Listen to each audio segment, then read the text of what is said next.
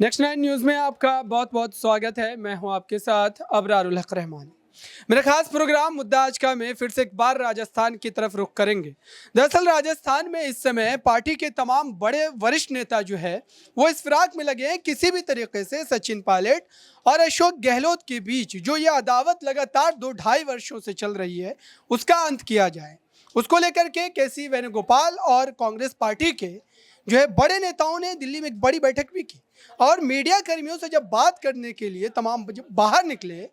तो सचिन पायलट की जो रंगत थी चेहरे की वो उतरी हुई थी। उसके बाद से ही सियासी गलियारों में इस बात को लेकर चर्चाएं होने लगी, क्या सचिन पायलट पर कांग्रेस पार्टी के द्वारा भी दबाव बनाया जा रहा है और क्या जानबूझकर उनको इस बात पर राजी करवाया जा रहा है कि अशोक गहलोत को ही आने वाले चुनाव में सीएम का चेहरा रहने दिया जाए। हालांकि उसके तुरंत बाद सचिन पायलट ने इस बात का खंडन भी किया और उन्होंने एक बात कह दी कि वो अपने तीनों शर्तों पर अभी भी अडिग हैं और किसी भी तरीके से उससे वो समझौता नहीं करेंगे।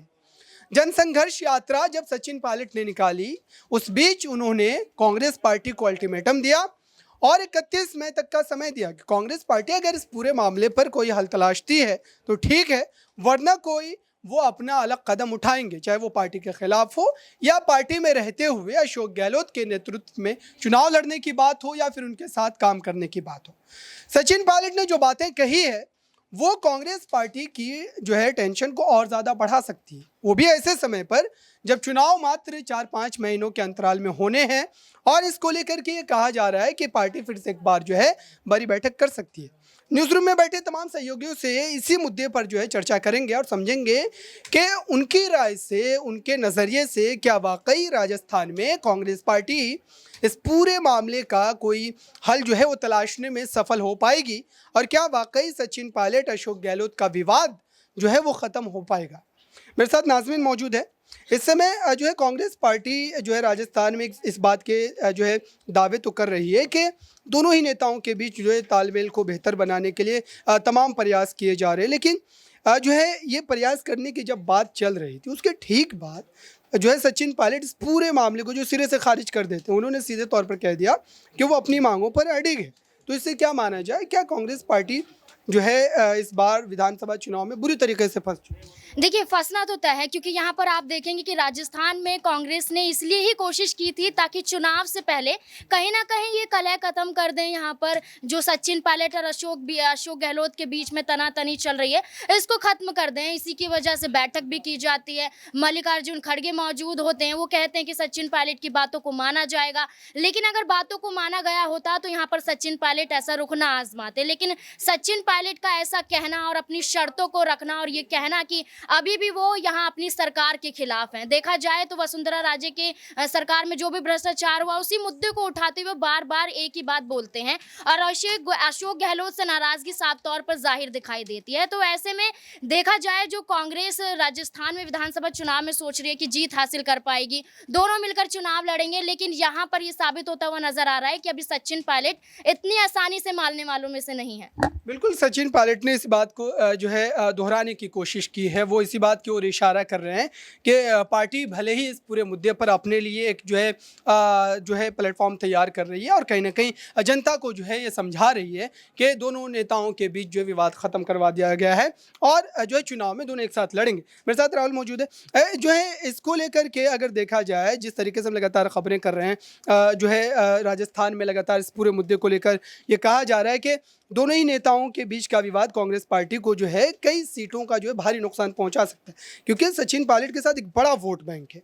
तो क्या वाकई जानबूझ करके कांग्रेस पार्टी इस पूरे मुद्दे पर फैसला लेने से बच रही है और दोनों नेताओं के बीच जो है किसी भी तरीके से तालमेल बिठाना चाहे? देखिए, मैं तो ये कहना चाहूँगा कि अब गहलोत को आराम करने की ज़रूरत है, क्योंकि अब गहलोत का वक्त चला गया है और गहलोत ने बहुत राजनीति कर ली है। और सबसे बड़ी बात, ये बात कांग्रेस पार्टी को देखना, सोचना और समझना पड़ेगा, क्योंकि पार्टी में आपके पास एक ऐसा युवा नेता कार्यकर्ता मौजूद है जिसके साथ वोट बैंक मौजूद है। और राजस्थान की जो राजनीति है उसमें दो वोट बैंक बहुत ज्यादा मायने रखते हैं, एक जाट और एक गुर्जर। और जाट और गुर्जर दोनों जो वोट बैंक अगर पायलट के साथ है तो समझ लीजिए फिर खेल तो खत्म ही है। और वहां की जो पॉपुलैरिटी है या वहां का जो वोट बैंक है वो तो यही कह रहा है कि जहां पायलट जाएंगे वहीं हम जाएंगे। तो ऐसे में अगर राजस्थान चुनाव से पहले कांग्रेस पार्टी ने गहलोत और ये पायलट का मसला नहीं सुलझाया तो मुझे ऐसा लग रहा है कि बहुत बड़ा नुकसान इस पे कांग्रेस को होगा। और बाकायदा प्रधानमंत्री नरेंद्र मोदी ने तो हस्तक्षेप कर दिया, वो तो कह रहे हैं कि राजस्थान में जो कलह चल रही है इसका केवल और केवल पायलट को ही नुकसान होगा। एक जो छोटा सा सवाल ये रहेगा कि हालिया दिनों में जो सचिन पायलट ने कहा है कि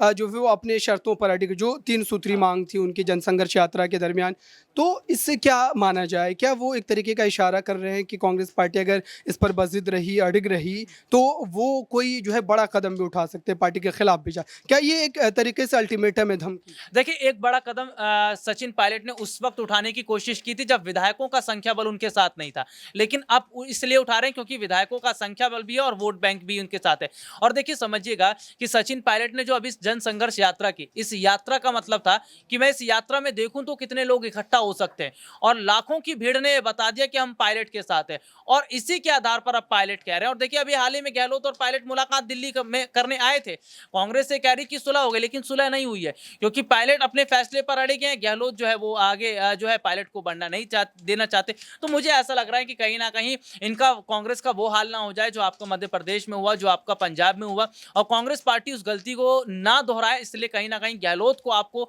अब विराम देने की जरूरत है कि गहलोत को अब बिठा दीजिए, बहुत राजनीति उन्होंने की, और पायलट को जो है राजस्थान की जिम्मेदारी देकर कहीं ना कहीं आगे के जो चुनाव हैं, चाहे मध्य प्रदेश की बात कर लें, छत्तीसगढ़ की बात कर लें या 24 के चुनाव की बात करें, उस पर फोकस किया जाए। बिल्कुल, कांग्रेस पार्टी की एक जो है बड़ी मजबूरी या फिर आप कह सकते हैं कि एक बड़ी कमजोरी जो है इस वक्त बन चुकी है कि नेतृत्व के परिवर्तन को लेकर के जब भी जो है हाईकमान फैसला लेने की कोशिश करता है या उस प्रयास की तरफ एक कदम बढ़ाता है तो पार्टी के भीतर जो है बगावती सुर जो है वो बढ़ने लगते हैं, और यही चीज़ राजस्थान में भी देखने को मिल रही है। तो इस समय क्या माना जाए कि सचिन पायलट ने जो सारी बातें कही है, जिस लिहाज से वो लगातार ये कह रहे हैं कि